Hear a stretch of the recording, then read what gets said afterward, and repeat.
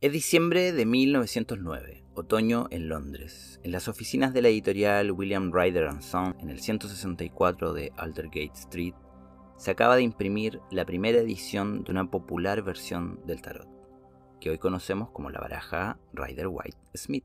Esta baraja introdujo varias innovaciones, con las que podremos estar o no de acuerdo. El hecho es que fue creada bajo la influencia de uno de los cultos mistéricos más connotados de principios del siglo XX, la Orden Hermética de la Aurora Dorada, o simplemente Golden Dawn. Y gracias a esto se difundió ampliamente en el mundo anglosajón durante el siglo XX, y especialmente a partir de su reedición en la década del 70 por parte de la hija de Pamela Colman Smith, la prolífica ilustradora de la baraja, a quien podríamos dedicar un video entero.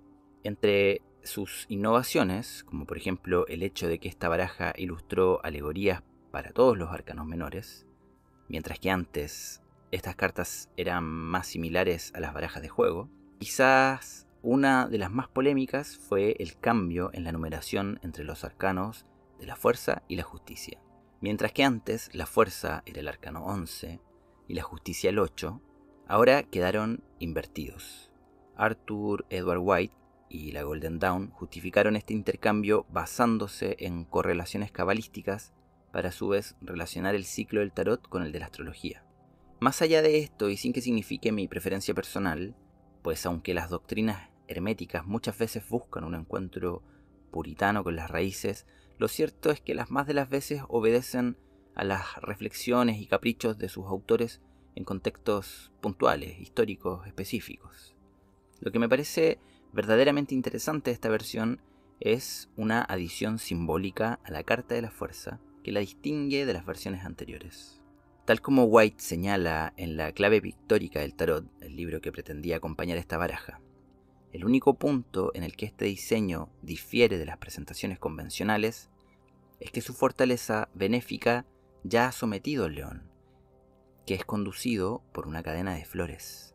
Esta cadena representa la ley divina que cuando se acepta e interioriza, deja de ser una carga pesada para convertirse en un yugo dulce, una entrega consciente que otorga libertad y poder interior. Mientras que en versiones anteriores teníamos una fiera siendo efectivamente subyugada por la fuerza, esta vez tenemos una fiera que parece apacible, completamente domada. Entonces, ¿qué es la fuerza? Hablemos de ello. Ahora que estamos en temporada Leo, el signo al que White quiso alinear directamente con la carta de la fuerza al intercambiar su numeración con la justicia, se nos invita a sentir con más intensidad el llamado a activar nuestro coraje interno. Leo, regido por el sol, alienta esta expresión auténtica y el brillo personal. Y la fuerza simboliza esa energía templada y dominada desde el corazón. En este contexto recuerdo un sueño que vuelve a mi memoria cuando contemplo este arcano. La cosa es que mi ascendente está en Leo, y me parece que este sueño llegó a mí tras reflexionar durante muchos meses sobre este descubrimiento, porque la astrología llegó a mi vida más tarde de lo que hubiese deseado.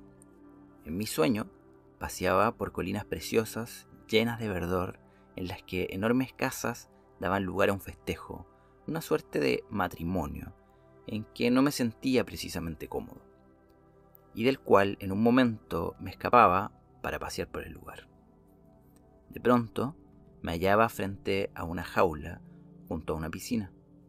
Dentro había un león famélico, una criatura que en su naturaleza es ciertamente majestuosa, y aquí encerrada parecía más bien frágil y triste. No era la criatura imponente de la sabana, sino una mascota, un trofeo, contenido por barrotes y belleza ajena. Mi impulso fue liberarle, pero sus fauces me daban miedo. Era primera vez que estaba frente a tal criatura y no me sentía seguro de cómo actuar. ¿Cómo se libera la fuerza? ¿Qué es exactamente? ¿Y cómo ha sido subyugada por los demonios de la humanidad? Revisemos otra popular baraja, un diseño más antiguo, el Tarot de Marsella, donde la fuerza ocupa la posición 11 y muestra a una mujer abriendo las fauces del león, gesto de triunfo y dominio de la voluntad sobre la pasión bruta. Un gran defensor de esta versión es Alejandro Jodorowsky, quien en su obra, junto a Marián Costa, La Vía del Tarot, resalta que la fuerza abre camino de las energías inconscientes y conecta de forma directa la fuerza instintiva con la emergencia de la nueva conciencia. Para él, estas figuras en el vacío, en la ausencia de florituras, paisajes y temporalidades, transmiten la pureza de este empuje primigenio. Además de la presencia femenina y de la fiera, hay otro elemento que destaca en las dos versiones que estamos revisando, quizás las dos barajas más populares. El símbolo del infinito, este 8 tumbado que corona la cabeza de la mujer en la carta de la fuerza, es un emblema cargado de sentido.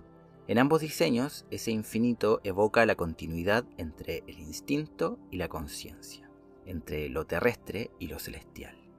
Para Jodorowsky, este lazo infinito representa la transmisión ininterrumpida de la energía inconsciente hacia la luz de la conciencia. Su forma alada nos recuerda que, aunque arraigada en la materia, el león, nuestra animalidad, la fuerza posee siempre un impulso ascendente, un vuelo que conecta con lo divino. En la versión White Smith se reutiliza un infinito similar al del mago, lo que señala que la voluntad creativa y el coraje emocional comparten la misma raíz. Así, el infinito se convierte en un puente simbólico que valida la combinación de potencia y ternura, enseñándonos que el verdadero poder no es puntual, sino un fluir continuo de fibra instintiva y luz consciente. Es curioso observar que, al igual que en la carta de la fuerza, vemos a una mujer conduciendo a la fiera con temple y sutileza. En las dos grandes obras que hemos citado, el mazo de White Smith y la Vía del Tarot, estas fueron trazadas en realidad por mujeres que dieron vida al símbolo bajo la mirada e instrucción de hombres en posiciones de autoridad. Pamela Colman Smith fue quien dibujó cada trazo del Rider Waite a principios del siglo XX, siguiendo las directrices de Arthur Edward White. De igual modo, en la obra de Jodorowsky, gran parte del texto y la estructura fueron desarrollados, editados y pulidos por su colaboradora Marián Costa, cuya voz fue decisiva para que esas palabras resonaran de esa manera. Estas creadoras supieron domar las férreas exigencias de las tradiciones esotéricas y transformar el material bruto en una revelación simbólica llena de sutilezas y reflejo de sus propias creatividades. Otras conexiones que surgen al mirar esta dinámica a través de los lentes de la mitología moderna y la filosofía, y que me parecen importantes de citar, están por un lado en el famoso Héroe de las Mil Caras, donde Joseph Campbell describe cómo en esta estructura arquetípica de tantas narraciones universales, el héroe debe cruzar el umbral y enfrentarse a los guardianes de su propio inconsciente. Dragones, monstruos, pruebas que simbolizan sus sombras, miedos y resistencias, pudiendo tras vencerlos volver con el elixir de su transformación. Por otra parte, Nietzsche nos cuenta en Así habló Zaratustra que después de ser camello, es decir, obediencia, y león, o sea, liberación, el espíritu alcanza su forma más pura como un niño, renace como quien juega inocentemente con los símbolos de su propia creación. Esto es súper leonino.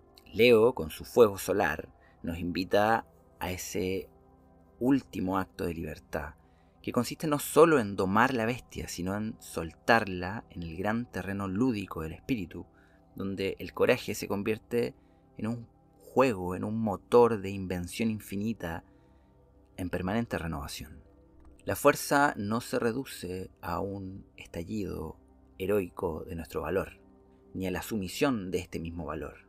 Es una paradoja viva, la de abrazar el rugido y el susurro dentro de un mismo aliento.